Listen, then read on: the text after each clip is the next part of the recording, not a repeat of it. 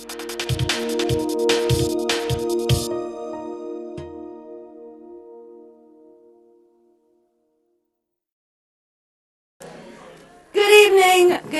evening. I'm Barbie Zelizer, Director of the Scholars Program in Culture and Communication, and I want to welcome you here tonight to a lecture by Paddy Scannell only a year and a half after he gave the last lecture.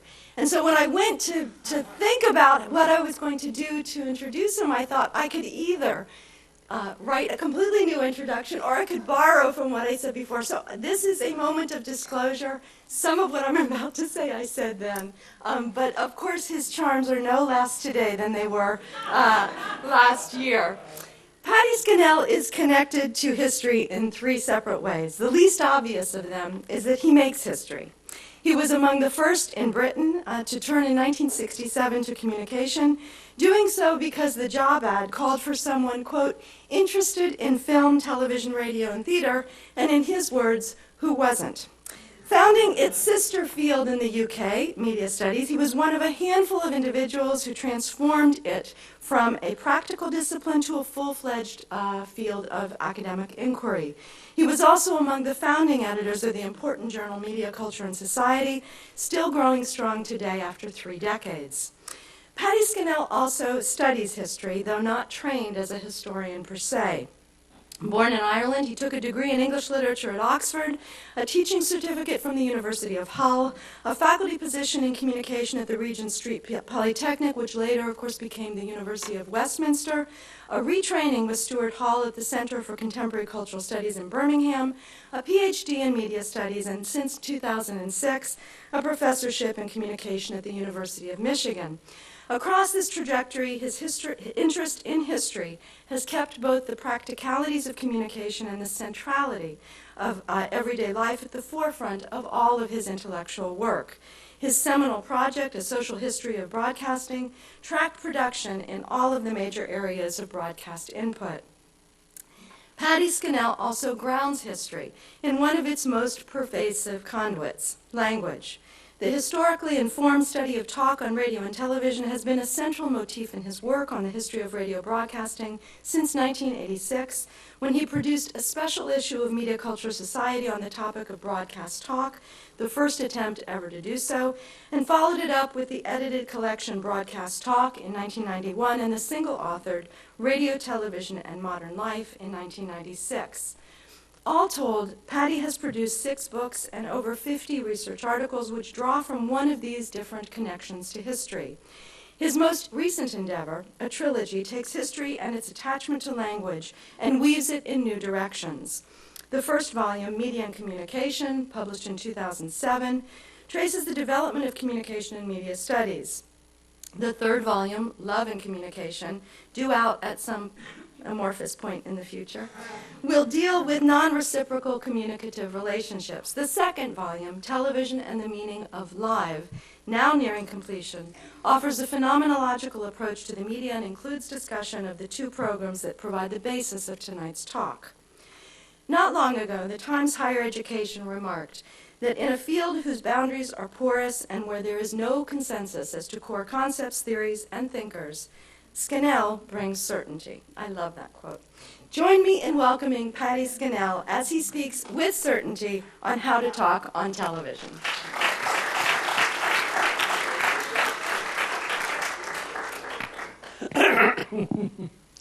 Well, thank you so much, Barbie, and I'm extraordinarily grateful to you and to the faculty for inviting me back again, and this time for a whole semester. It's been an extraordinarily enjoyable experience. I've loved every minute of it. I'm very grateful to Emily for looking after both myself and my good friend Guo Bin, my fellow scholar in the program. We hadn't met before we arrived here, but now I think we're good bosom drinking partners. So thank you. And my topic, how to talk on television, is, as Barbie says, a continuation of a field of inquiry that I have worked on now for nearly 30 years. What I want to start by doing is by looking at the two programs.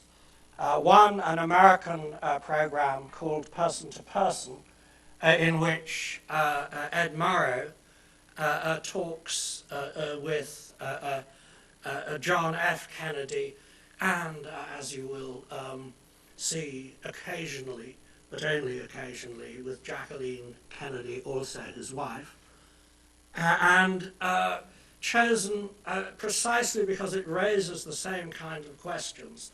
A British program called At Home, in which Richard Dimbleby, who is in almost all ways the exact equivalent to British television, what Murrow was to American television at that time. Both were household names in their own countries. Actually, they both knew each other pretty well.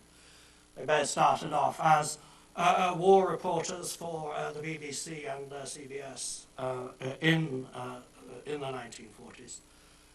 And the English program, although it's aware of the American program, it's not a copy. In other words, what I'm trying to say is that it's the same concept, but one is not in any straightforward sense derived from the other. So what I've done in each case is to take the beginning of the program and the end of the program. We're going to look at about 5 minutes of each program, because I really do want you to get some feel of sort of the communicative, sort of what's going on and how it's working or not working as a performed interaction on television.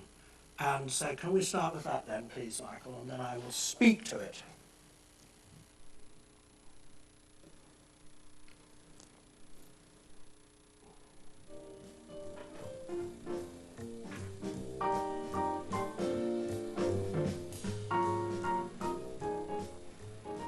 I'm told that all little boys have dreams.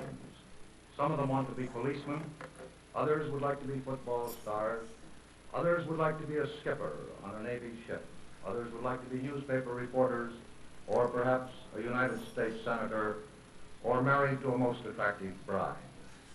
Senator John Kennedy of Massachusetts has accomplished all these things in his 36 years, except being a policeman.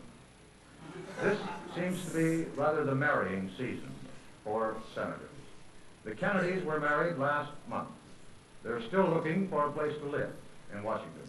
On weekdays, they stay up in Boston at what used to be the bachelor establishment of the senator. It's on the 3rd floor of this building that you're looking at now, over a barber shop, just on the edge of Beacon Hill.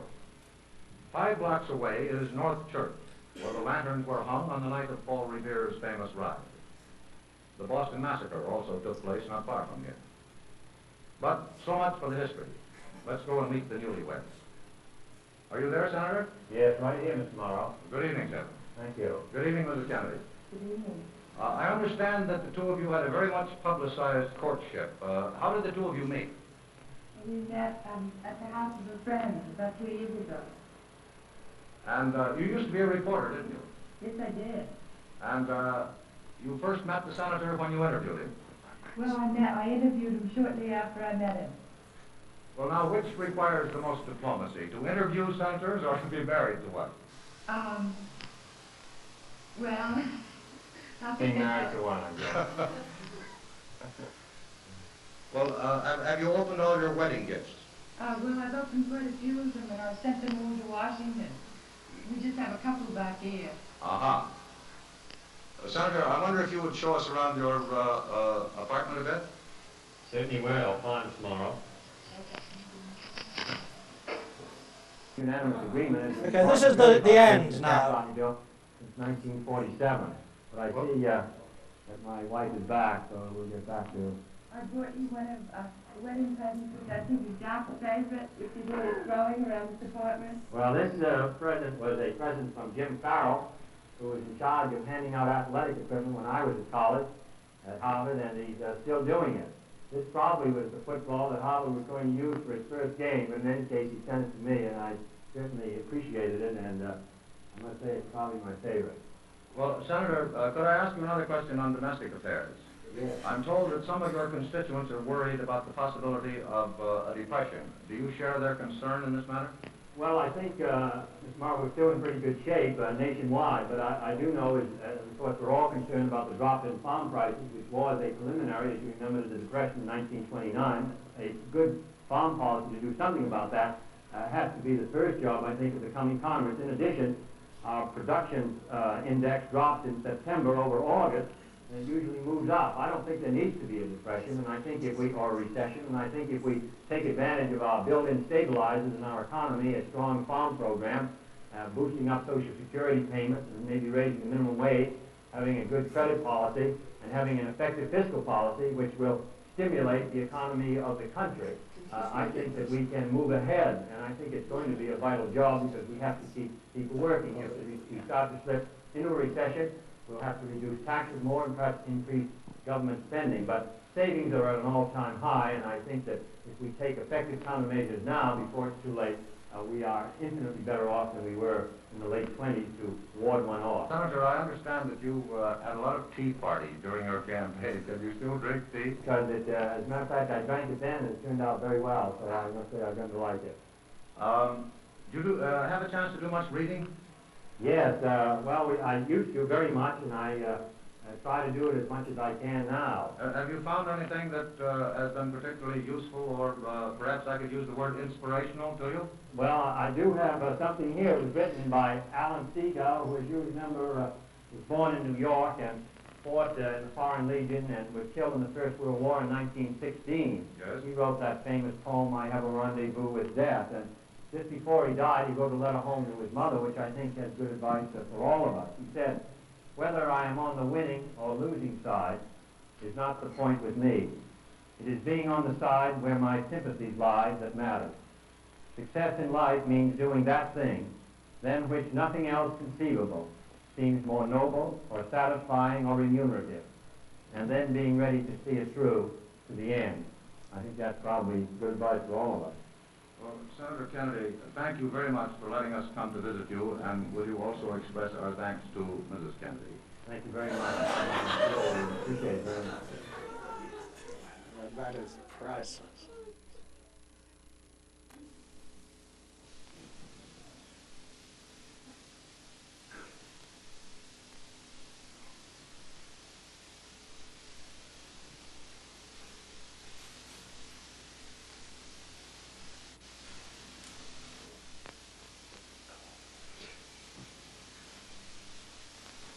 And it's at the top of the main staircase of the palace that you join us at this moment.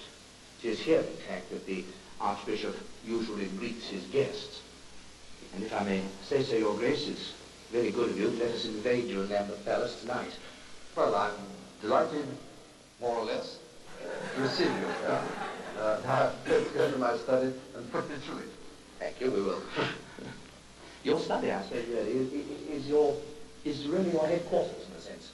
Yes, it's the center of the web. Yes. Everything comes here.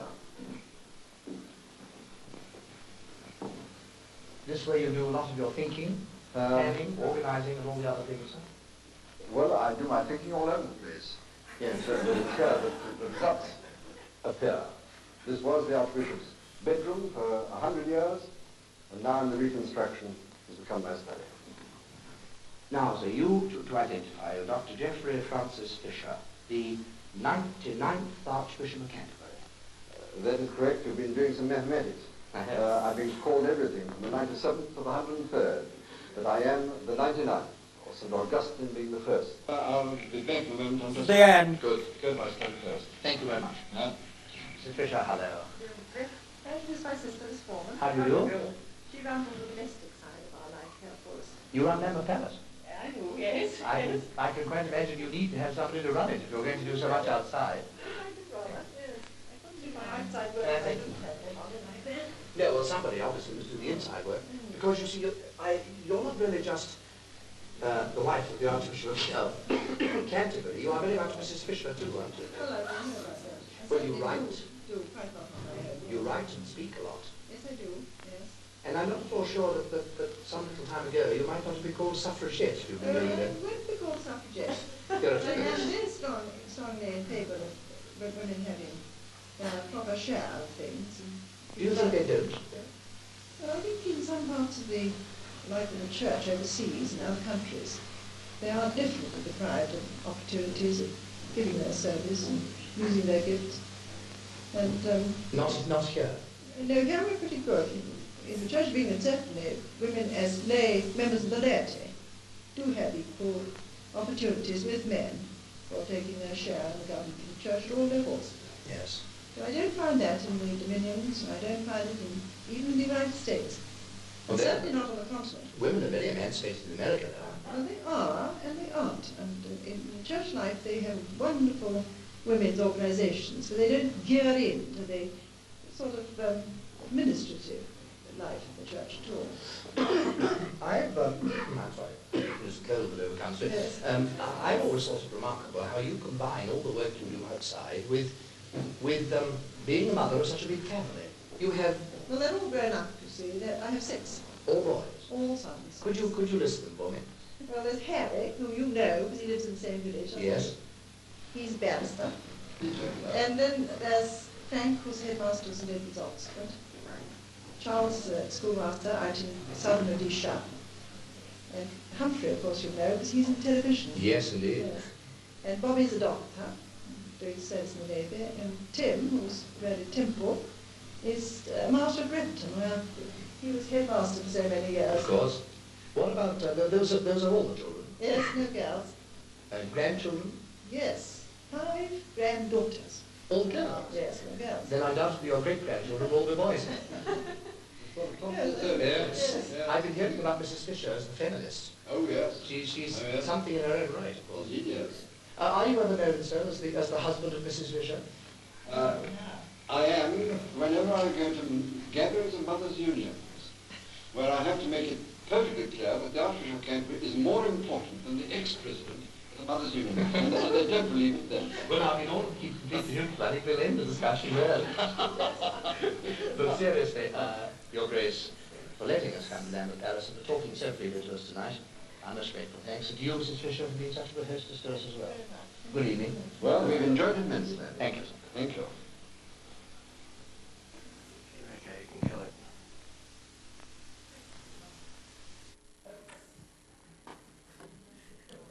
No, thank you very much for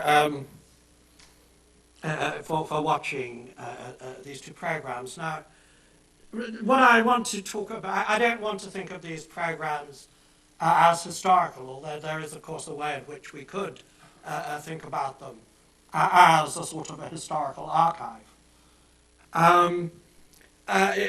What I want to think of them is in terms of the question of new technologies. And bearing in mind, of course, Carolyn's important concept of going back to look at old technologies when they were new. And when you go back and look at them when they were new, you discover not only what their impact was, but, as it were, what was found to be problematic about them. In the case both of radio and of television, we have a lot of information about, say, what audiences thought of radio when it was new, and of early television as well. What we don't have so much of is a sense of what the problems of the new technology were for people working with the medium. And that is the problem, I think, that lies at the heart of the material that we have looked at. I can tell from your reactions that you found them amusing, but I think your amusement came from the ways in which the programs were both technically and communicatively less than fluent. It's not that they weren't working, it's not that they ever entirely collapsed, but they weren't working smoothly. And there were moments both in the talk that was generated, that, shall we say, provoked a sense amongst us as we watched it of uneasiness. And I think it is also obviously the case that in the work of presenting this talk, what the television cameras are doing, there is a certain degree of technical disfluency. And this double problem of the production or the attempt to produce talk on television that is fluent and that flows, and at the same time the problem of maintaining technical fluency in the visual presentation of this talk, that, so to speak, problem is at the heart of my presentation, and it is the key theme of my presentation. It's an attempt to explore the difficulty of the new. And so the question is, well, what was new here? And why was it a problem? And my answer is, and my presentation will try to show you, that the kind of talk that is being done here was something that was new and without precedent. So my presentation has got three parts to it. I want to say a little bit about or some notes towards a social history of talk. Secondly, by way of contextualizing what's problematic about this talk that we are responding to. Secondly, I want to look at the technical management of this talk and the problems that it posed so obviously, I think, for us when we're watching it. And then I want to say a little bit about the technologies that give the possibility of this kind of talk. And those are the three major themes of my presentation. And then finally and quickly, I'll try and tie it together with around, so to speak, the overarching theme of the relationship between television and history. So let me start then with the letter that was sent out by Ed Murrow inviting people to take part in person to person. I have an old-fashioned belief that all of us are curious to see how others live, particularly those we've read about or heard about, but seldom, if ever, had an opportunity to meet. What we hope to do is ask our guests to show us about the house and then sit down for a little informal talking. Who knows, in spite of television, it may still be possible to revive the art of conversation. And I draw your attention to this phrase, the art of conversation. And I draw your attention to the sense that it is at this moment perceived to be something of a lost art.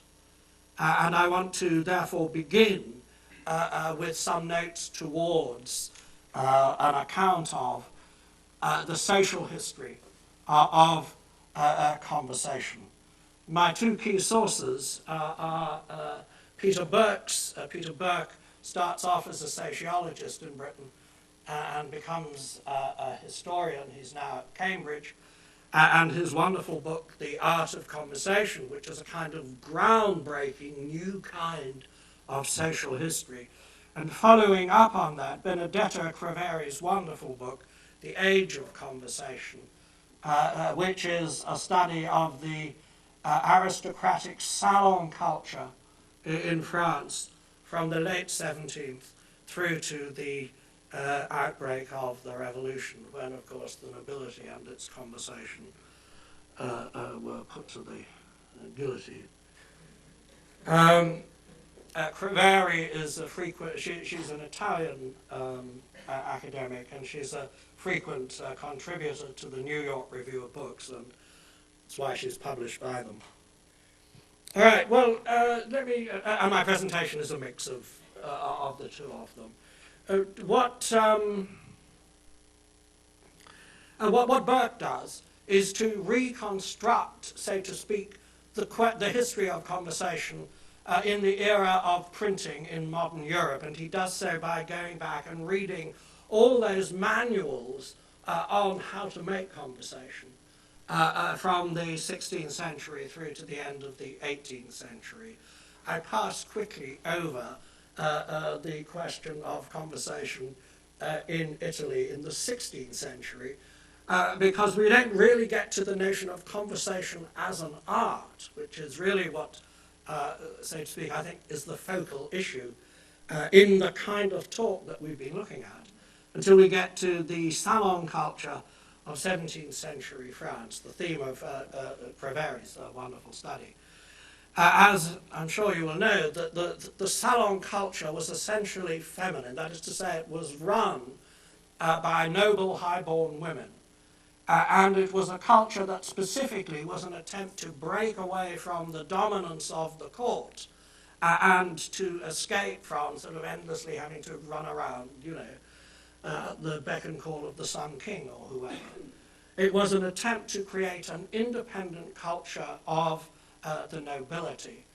And the key idea to this new culture was a culture in which the sexes are able to enjoy each other's company without threat. Without the threat, I think, essentially of sex.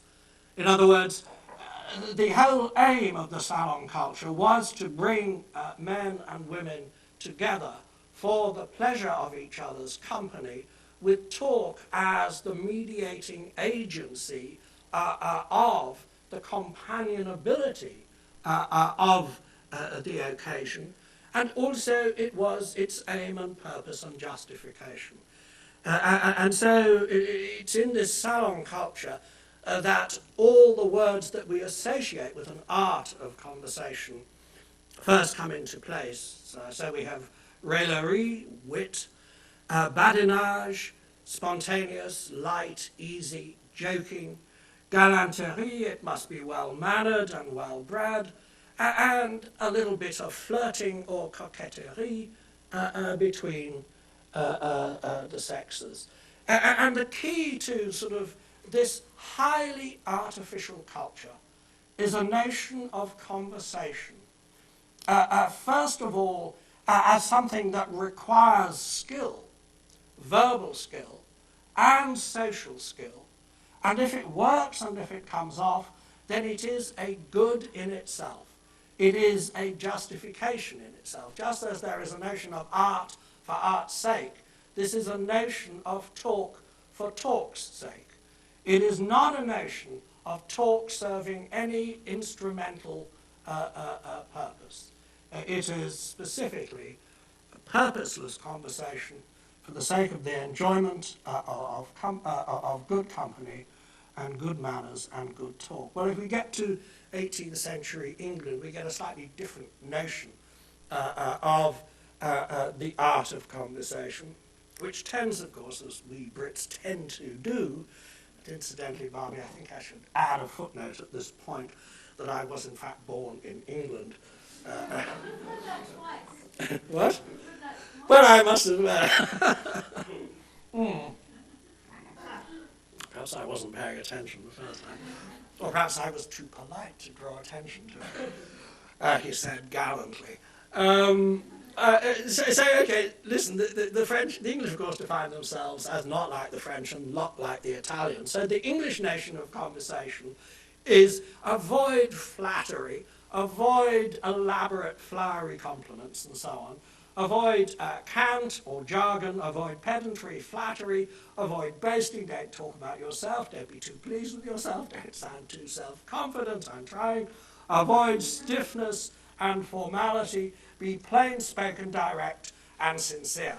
And the crucial thing about society in the 18th century and in the 19th century, in Britain through into the 20th century, is that after table talk, the sexes separated. The ladies withdrew to the drawing room for tea and conversation, and once the women were out of the way, the men started passing the port around and got down to having serious male bonding and getting pissed and so forth.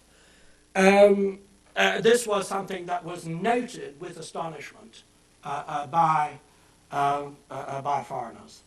And in all this, what I want to see, what this little sketch map is designed to begin to bring out, It's a much longer process, the civilizing process, identified by the great German sociologist Norbert Elias in his absolutely groundbreaking, revolutionary study of what he called a history of manners, going back to the Middle Ages and bringing it through into the early modern period.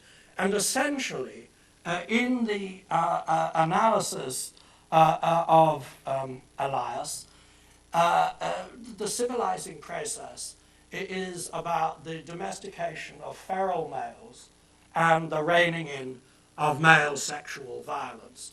By the domestication of feral males, I mean that it is the sort of the tedious business that women have to perform of house training men.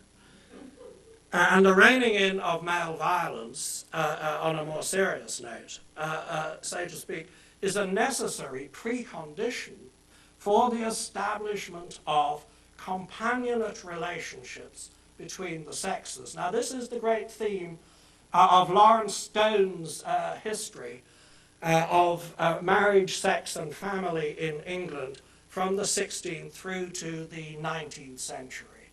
And the key turning point in, so to speak, or the emergence of the modern marriage, in Stone's account, it was controversial, is in the 18th century with the emergence of what he calls the companionate marriage, a marriage in which people marry not for money, and not for power, not for dynastic alliance, but for affection and for company and for the pleasure of living with each other.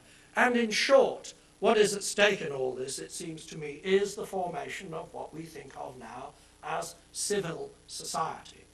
And the key to civil society is the production of civil conversation. Now, look, it's not my thesis that none of us know how to talk. All of us do. Yet nevertheless, the notion of good talk and the thought of sometimes having to make talk is, I think, a familiar kind of anxiety that all of us have felt and experienced.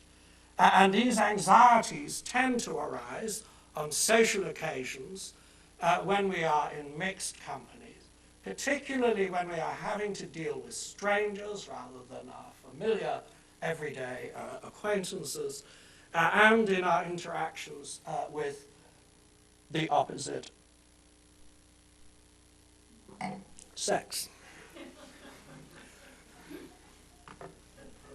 The conversation manuals that Burke looks at are full of advice on how to make talk. When you find yourself thinking, oh my God, I'm going to have to talk, I'm going to go and sit next to somebody, and I'm going to have to make conversation. In one of the books that I read, I came across an English aristocrat of the 19th century who, whenever he was at dinner, he would begin by saying to the unfortunate woman sitting beside him, he'd say, I've got two topics of conversation. One of them is cricket, and the other is sewage. And you may choose. So, how to introduce yourself, how to address the other person. You know, these are real anxieties. Have I got the honorific right? Did I address the august person as they should be? Your Grace. That's how you say. That's how you address an archbishop. How to find something to say, how to keep the conversation going, and how to disengage with it. Now, this is the basic material of the study of conversation and the empirical, sociological study of conversation that is the groundbreaking empirical analysis of how talk in fact works that I associate with conversation analysis and the pioneering work of the great, late, lamented Harvey Sachs. Let me begin to sort of pull this now in the direction of what has all of this got to do with broadcasting. What I'm trying to say is that the anxieties of having to talk on television are not unique to television. But there are some added features which I will come to at a moment. But first, we need to consider the politics of the distribution of communicative entitlements on radio and television, or in short, who is entitled to speak and who is disenfranchised, who is heard and who is not heard. Now, it seems to me that was part of the politics of these two programs. The silence of Mrs. Kennedy was surely a very notable thing. The way in which the conversation was split between male-on-male conversation, then male-on-female conversation, but the real difficulty of negotiating a conversational three-way on television, male, female, or a couple and a presenter or host, these, I think, were genuine communicative problems that these programs faced, to which solutions have subsequently been found. But I think they are visible in these very early years. Now, I have looked into the question of who is entitled to talk on radio and television in the British case. And it is perfectly clear, for instance, that the English working class were kept off air, except being produced occasionally as an object of pity. That women were simply regarded, it was common sense in the BBC throughout the 1930s, 40s, and into the 1950s, that women were hopeless broadcasters. They were no good. They were no good for two reasons. One, they didn't have the right voice. Their voice was too shrill. It was in too high a register. And secondly, they didn't know how to talk. And they didn't know how to talk because they were not experienced the way certain men, these two men, for instance, are experienced in being expected to produce talk in public. It's worth remembering that Margaret Thatcher, when she became the first British Prime Minister, took voice lessons so that she sounded better and appeared better on radio and television. Feedback suggested that people heard her voice as too shrill and too bossy. And so she took coaching, she dropped her voice into a lower register, and she trained herself to speak more slowly, and communicatively it worked. I will simply draw your attention to the way in which the talk in both these programs is marked by gender distinctions, that there are topics that we talk about man to man, and there are topics that at least men raise when they confront, so to speak, the demonic problem of talking to women. What do we talk about? We talk to Mrs. Kennedy about weddings, and we talk to Mrs. Fisher about her children and her grandchildren. Okay, so I just wanted to begin by problematizing the notion of conversation as a sociable good, conversation, as it were, as an end in itself, and to sort of indicate what some of the anxieties of having to make sociable talk were before television, because these anxieties now transfer onto television. So my second, this is my second theme, the management of talk on television. And the key anxiety is, of course, the real terror of live performance. And both these programs were broadcast live because recording technologies for the production of programs, for the making of edited programs, did not yet exist. Both radio and television were initially live technologies. And the terrors of live performance, well, I really don't need to explain this to my audience, since all of us face it every time we get up and do what I am doing now. It is the anxiety about, will I be able to produce and maintain a fluent, coherent, steady flow of talk that you will follow, and that you won't start falling asleep, etc., etc., etc. And the real comfort of the script as you will see, I have fallen back on it myself. I am using PowerPoint, the lecturer's friend, etc. And I felt, I had a real struggle with myself. I thought, damn it, no, I should just stand up and do it live, like they're doing it. But my courage failed me. I'm sorry, my courage failed me, Michael. And so I'm afraid I fell back on dear old PowerPoint. I want to say a little bit, though, about the issues of the management. Sorry, no, wait a minute.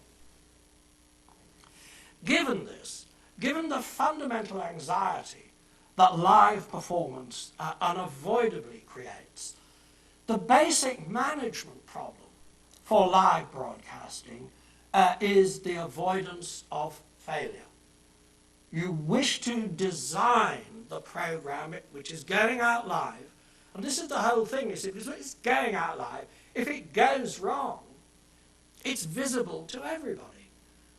It's not like making movies. If something goes wrong, that's it. And the two sort of related problems, as I've indicated, are performance failure on the part of the people who are, in this case, doing the talking, and technical failure in the way in which television itself presents it via the camera for its viewers. The role of the presenter, therefore, which is specific to broadcasting, both Dimbleby and Murrow, I think the appropriate way to think of them is to regard them as professional talkers. They do talk professionally for a living. They do different kinds of talk. They are both, and the kinds of talk that each of them do, they report, they interview, they do commentary. Dimbleby famously did the commentary on the coronation, which this Archbishop presided over 3 years earlier.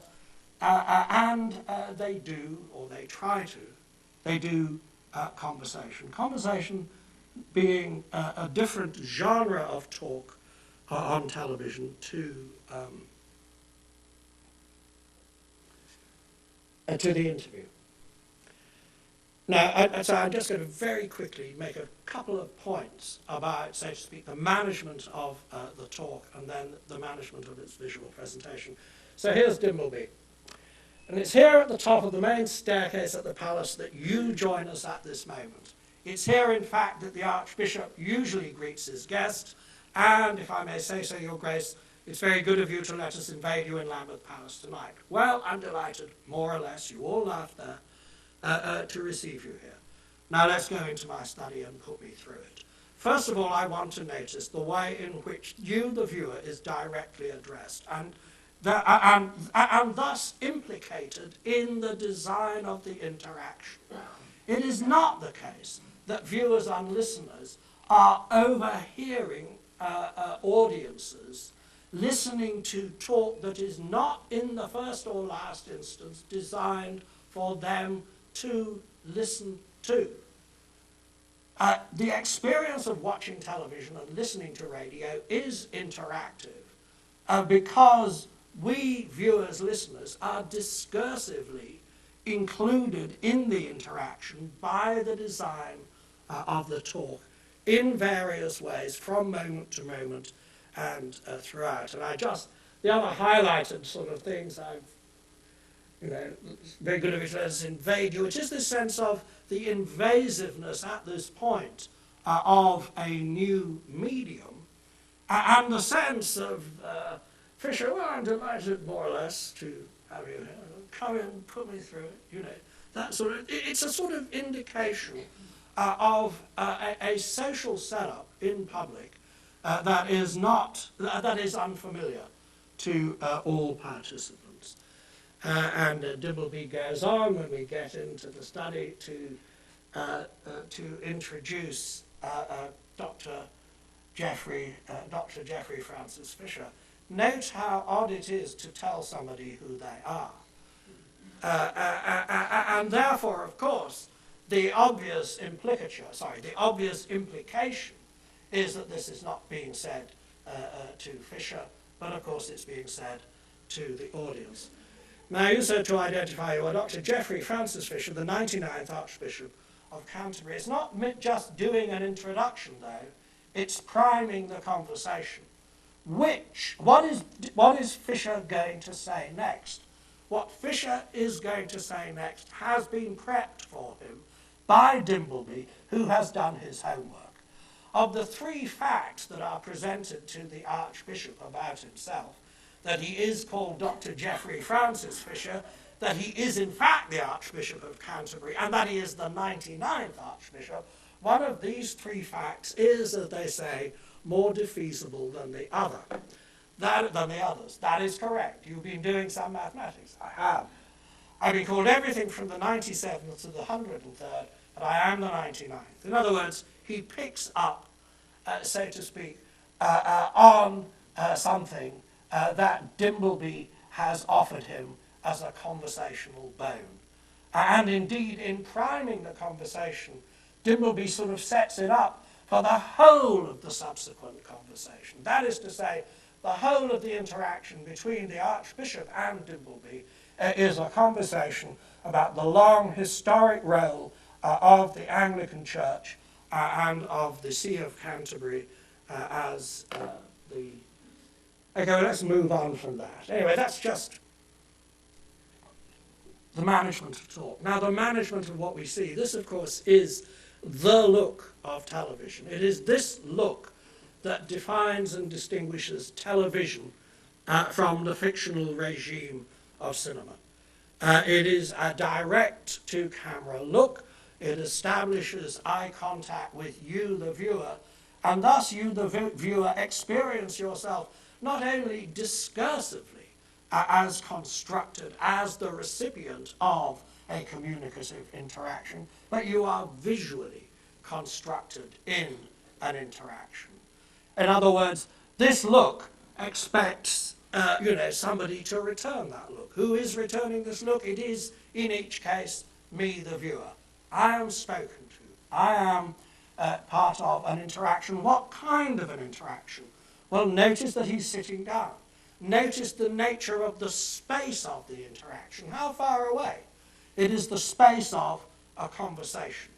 So you are visually and discursively constructed as participants in a conversational interaction by radio and by television. And the framing, of course, this is astonishing. I mean, it's sort of almost like Rear Window, isn't it? I mean, what is going on here? Is Murray some peeping Tom? And what are the Kennedys doing? Is anybody talking to anybody? I'm not, this isn't any, I mean, I simply make this point to indicate sort of some of the problems, yes, of managing the visual presentation and maintaining it through the interaction. There are problems of getting from shot to shot as well. This is about, so to speak, framing within the shot. Getting from shot to shot is also problematic. We've got to get Jackie out of the way. And where's he going at this moment? He's going there, because that's the next topic for the conversation. How do we do introductions? Well, we do them standing up into camera when it's male talk on male things. And we now get to the interaction with the ladies. You may wonder, about the presence of not Ms. Foreman, which is a historical anachronism at this point, the caption. What is she doing here? I mean, she sits down, she never says anything. So why is she there? Any thoughts? What? Exactly. Absolutely right. She's a chaperone. At this point, in terms of high Anglican protocols, it is not appropriate for a strange man to be appearing to have a tete-a-tete with the wife of the Archbishop of Canterbury. And I therefore do sort of want you to see that there are real traces of that history of the formation of civil society and a notion of civil conversation between the sexes that, so to speak, find trace echoes even in the mid-20th century in the United States, where we're trying to revive the art of conversation. Whether Murrow is the person to revive it, I think, is another question. Finally, then, of course, we get thank you and goodbye. Dimbleby has just thanked on our behalf the Archbishop for being such a good host and Mrs. Fisher for being such a good hostess, and he's actually leaving and saying goodbye to Ms. Foreman, who is off screen. So let me indicate what was so radically new about all of this, because it suffers from the problem, in a sense, of over-familiarity. You have to ask yourself, what was talk in public before broadcasting? And this is my best answer, that talk in public consisted of the sermon, the lecture, and the political speech, and in the United States, I think we must add, the town hall meeting. These forms of talk in public have certain characteristics. They, on the whole, are a one-to-many form of communication. In other words, they are mass communication. That the purposes of this talk are for edification, for spiritual uplift, to inform and educate, to persuade, politicize, and as exercises in citizenship. But none of them contain a notion of talk as a pleasure, talk as an entertainment, talk as a social, indeed a public good. And in short, the thrust of my argument is to suggest that what we are witnessing in these programs is the passage of conversation from the private domain into the public domain. And in this passage, what is also sort of being transformed are some of the normative underpinnings of talk in public. That is to say, conversation brings with it a whole raft of normative assumptions. The notions of sociability, the notion of non-purposive conversation, talk for fun, talk for entertainment, talk as a pleasure. Conversation as interpersonal is perhaps, of course, the key point of this transformation. And it's appropriate at this point to remind this audience in particular that the title person to person establishes a notion of interpersonal communication in relation to television. And I remind you of, a key sociological text published in America at the same time called Personal Influence, which was about interpersonal interactions. The domain of the interpersonal is beginning to emerge in sociology in the 1950s. It is also emerging on television at exactly the same time. And the nature, and these two things are, at the very least, hardly coincidental. They are, and I really think I've got to sort of whack on this, haven't I? How am I doing for time? Using it. All right. Okay.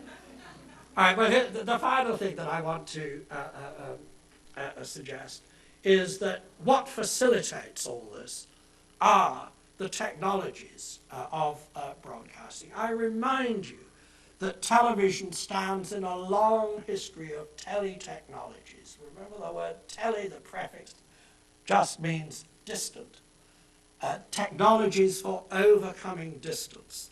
Telegraphy, telephony, telephony wired and wireless, television, telephony wireless, also known as the cell phone. And today, and I picked this up from Joe, something that he sent round a week or so ago, the latest buzz in the advanced sectors of the telecoms industry is cutting the cord on television and trying to establish a full-blown wireless television as distinct from the wired television which is predominant today. The communicative affordances of teletechnologies are instant connectivity, overcoming distance, creating the possibility of live and in real-time interactions. And the interaction in all cases is talk. Phone talk, radio talk, television talk. What produces this? This kind of talk, this specific kind of talk, is the effect of specific technologies.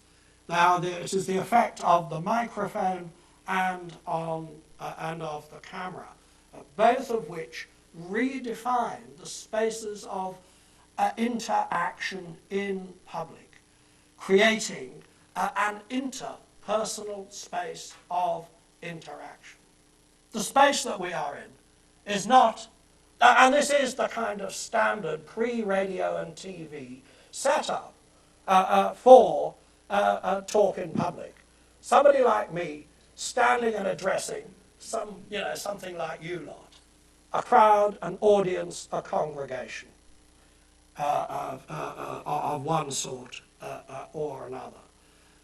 But the possibility of the personalization effect of the media is the effect of the technologies which redefine the spaces of the interaction acoustically and visibly. And I say something here about proxemics, the concept developed by the anthropologist Edmund Hall, but I think I'll move on. We'll move on past this, we'll move on past this, to get to the other crucial technology, which is the key to everything that I really want to say, which is recording, RTs. Audio-visual RTs come after the beginning, in each case, of radio and television. Person to person and at home are both recorded live on kinescope. This is kinescope. All it does is to record the live image off the television monitor onto film. So it's a way of bottling live transmissions, but that's all you can do with them. The development of videotape, developed by the American firm Ampex, is a year away from being operationalized by CBS in the USA, and 2 years away from the BBC had an equivalent called Vera, which it operationalized at exactly the same time. Recorded is not the opposite of live. I put it to you, I remind you that all the people that we looked at are dead. And the question you have to ask yourself is, did you experience them as ghosts or not? Or did you not, in fact, experience yourself as drawn into a live interaction? That is to say, you experience the effect of liveness through the technologies of recording. And I think that is the most remarkable and most miraculous effect of all recording technologies. I find it, powerfully touching, listening to the voice of a dead singer, for instance, and hearing their voice come to life every time I listen to a recording. All right, so to sum this up and bring it to a conclusion. Person to person and at home are traces of the entry into history of television. Remember, history begins with recording. Without technologies of record, conversation until this point was literally prehistoric. We have no direct evidence of how people talked in the past until we have audio-visual technologies that record actual, real, living speech as it happened. It is remarkable to be able to go back 60 years and look at how people really did interact in this real and novel situation. And although it's amusing for us, I find it has a certain sort of haunting quality to it as well. It is the entry into history of television because television is now a matter of record. It is the entry into history of talk because talk has now and only now become a matter of record. It is, in short, the historicization of everyday life. And if I had to name the sort of key theme that defined the 1950s, I would say that was it. It is the entry into history of everyday life. Okay, folks, I've got one more thought. Now, what was it? You all like a hypothesis, I know. My social science friends, you know, I would be failing in my duty if I didn't have a hypothesis, and I've been saving it for the end. This is in answer to Professor Katz here, my friend, my colleague, my collaborator on the end of, not the end of history, the end of television. And Elihu's question was, what are the long-term effects of television? My answer is a key long-term effect of television, not all by itself, but crucially, is the historicization of talk. Today we live in a world in which everybody talks all the bloody time. You know, and more time is wasted by more people talking than ever was possible in history because of technologies of talk. And this process of the universalization of talk, which means that anybody can talk to anybody about anything. And believe you me, who could talk about what and to whom was very, very tightly policed until the advent of these technologies. And even then, breaking down the barriers, as this program shows. I mean, what I think is striking is the awkwardness of interaction between the sexes on television in these programs. So that in short, Elihu, because I know that you're fond of putting it into a sort of a slogan or a soundbite, you want to say the end of, you know, what does television mean? It means no more secrets. I want to say what television means, and as a result of what I have been trying to trace, no more strangers. Thank you very much.